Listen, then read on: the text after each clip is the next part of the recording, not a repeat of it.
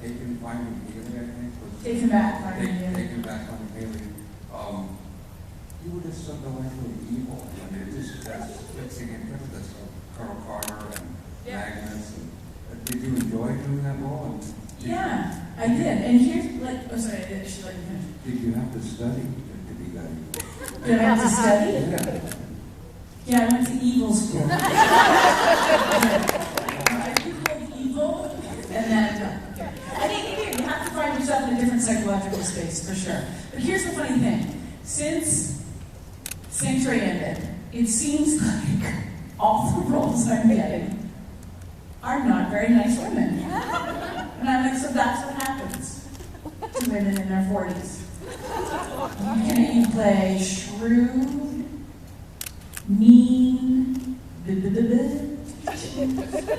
and you're just like, it's really, I was like, this is so funny, because Taking Back Finding Haley, even Random Acts of Romance, my character was a little unhappy. Space Milkshake, not very happy, although it was fun. Even this show that I just unpackaged deal, not very nice. I'm this really harsh lawyer with a drinking problem who's quite mean. And of course, Motive, just like, what up? I did this movie with Martin Cummings called Helena Handbag, and I play a Mother Superior who's the head of this group of multi-denominational exorcists. So it's becoming easier and easier, because apparently that's all I'm getting cast as. Comes up in that role. They were all beautifully done. Thank you very much. I had a Alexa, the wife when we were doing the very beginning. Did you have to invest in a bar soap to wash her offset? You know, she has a history that we've seen her. Alexa Doy has a history of having a sailor's mouth. Did you have to invest in bar soap when you were directing? No, because I'm just as bad as she is. Children, move the children away. Alexa and Van work together. It's like a swear fest. The swear jar would be full within seconds. Yeah. Thank you very much. Thank you. Wow, hi. Hello. Hi. I wasn't close enough. I was just going to ask if you could talk more about working on Supernatural. And one quick comment, I'm so mad that you weren't on there longer. I was so mad I wasn't on there longer, too. Supernatural was, I was hired for 3 episodes. And then, so that was my contract. And then after that third episode, they were like, is Amanda available? And if I said yes, then they would write another episode for me. And that happened. And I kept thinking, they're going to kill me. Because that's what they do with the women guest stars on the show. And I was aware of that, and I was cool. But then I was like, but I kind of started to get comfortable. So it's like, oh, 4th script. I'm like, oh, they're going to kill me. Nice. 5th script. Oh, nice. 6th script. Like 7 that was there. I was like, but she was, the cool thing about Supernatural, and the thing that made it so interesting to play, was I had no idea whether Naomi was good or bad. Nobody would tell me. All I had was what was written on the page.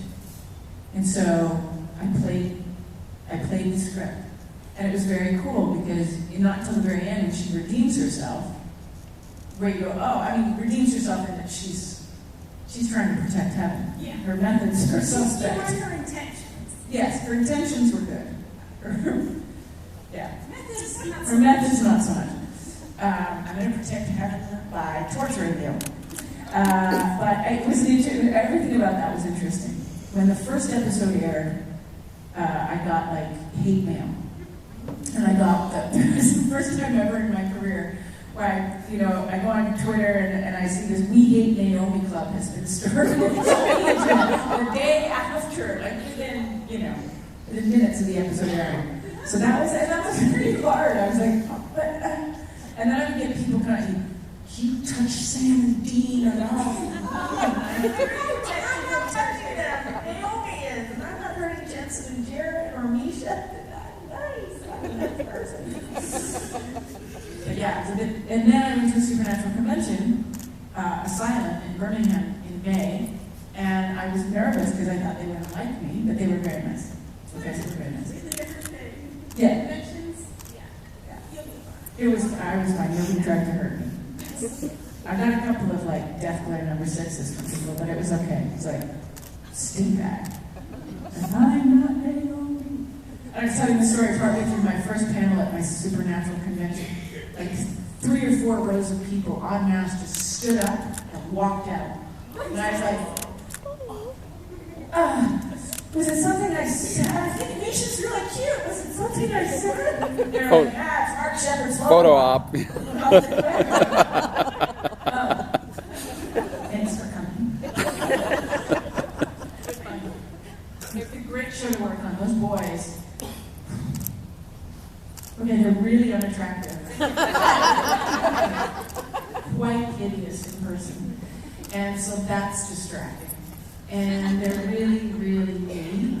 So that's hard. Because they're kind of ugly and not very nice. So it's a real challenge as an actor to work on that show. But they're lovely. They're very handsome. Super nice. It's not it's hard to pretend that he's not there. Oh, Mr. Halligan, have a question.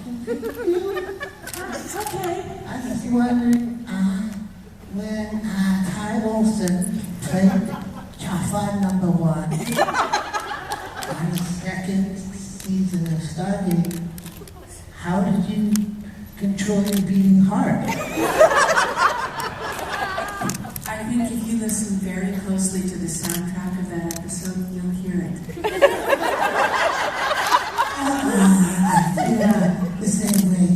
He's dreamy. Touch your leg. What did he say? Can you touch my leg? Yeah. Okay. I touched Jason Momoa's leg.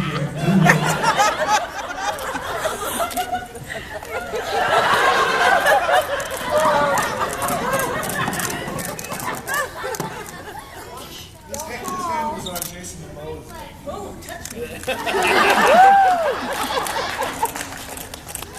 Can you hear my beating heart?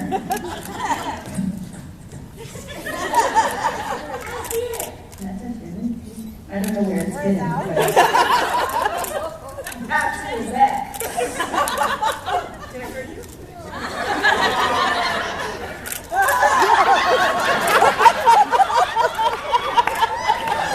Okay, next one, please, somebody else can do it. Time to shake it. Aww. It's a shame. To look that good and have 0 personality. Oh, I'm still here. Hi. Hi. Quick question. Do you have any stories from when you were on the X-Files? And how was it when you got to reunite with the actor who killed you on the show on SB? Oh, yeah. Okay, so the X-Files. Really early on in my career, I happened to be in Vancouver because one of my girlfriends was having a baby. And so I came out. And while I was there, because the baby was late and da-da-da, my agent said, look, you're in Vancouver, do you want to audition for the X-Files? And I'm like, oh my God, I love it. Oh my God.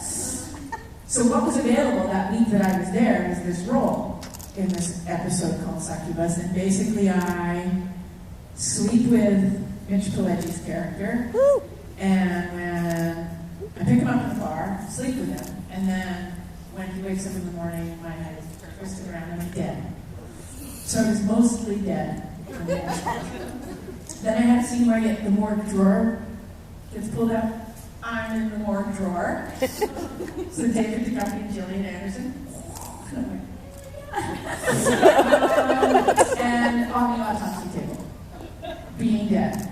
And I was told that I gave good head. Cheeky, but anyway, Jillian was awesome. Honest to God, one of the most gracious people, and I vowed if I ever got my own television show, I would try to be as nice as she was. When I got to set, she came over and introduced herself. She said, thanks for doing the show. I mean, it was a tiny part, right? She was so sweet. David was wonderful. He was very, because I had to do a love scene, and I'd never done a love scene on the screen before. And so I was like, I was really nervous. Mitch was awesome from start to finish, just amazing. But David sat me down and he started talking about his first love scene that he'd ever done, and he was so sweet. And I was like, wow, what a great guy. And then the next day he didn't talk to me at all. I was like, that's weird. And Mitch said, oh, we found out you were married.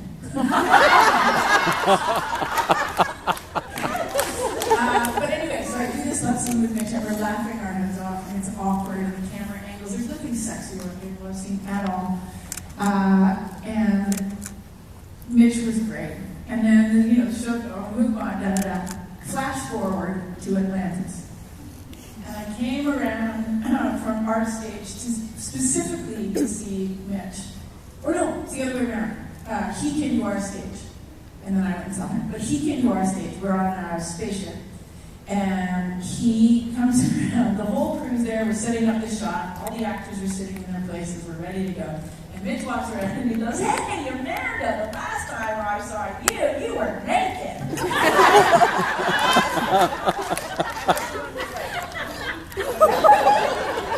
So I was like, Mitch, the lady. And I was like, you was naked too. And then everyone back started to bring her up. But he's got an incredible body, man, I was just going to say it. And a sweet man. It was really fun. I mean, for a little tiny role on the X-Files, it was fun. And even doing the morgue scenes, like, David was tickling my feet, trying to get me to laugh on the table. Or he'd just run his, like, he'd very lightly run his finger up my arm just to see if I could be like, we can see you moving. I'm like, honey, my heart's over here touching me. I said too much. Anyway, thank you. Hi, huge Stargate fan, and I want to hear your favorite Carter O'Neill scene. Your favorite Carter O'Neill scene?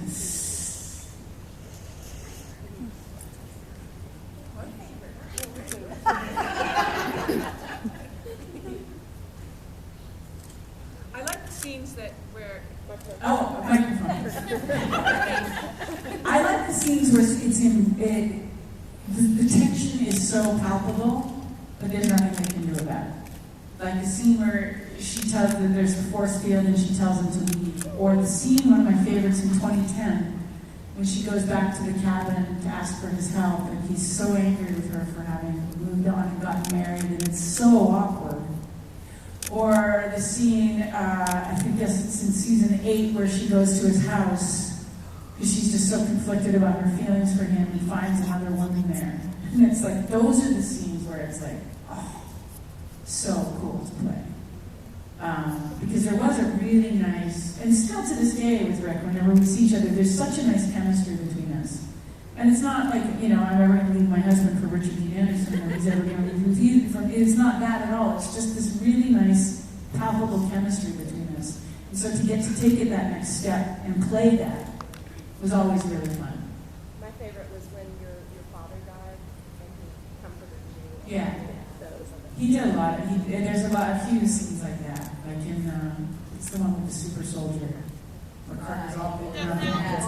And there was big controversy about that, whether or not he should put his arm around me, and whether or not I should lean into him. Does that make this whole Carter, who's been so strong throughout this episode and battled this crazy foe, and then suddenly the guy arrives and she sort of collapses into his arms. And I said, you know what? You talk to any soldier out there, male or female, and they would do the same for each other. A guy would put his arm around another guy and go, man, I know what you're going through. So it wasn't, because it was male and female, some people got up in arms about it. But having talked to enough soldiers who have been through combat, they would all do the same thing for each other. So I like that.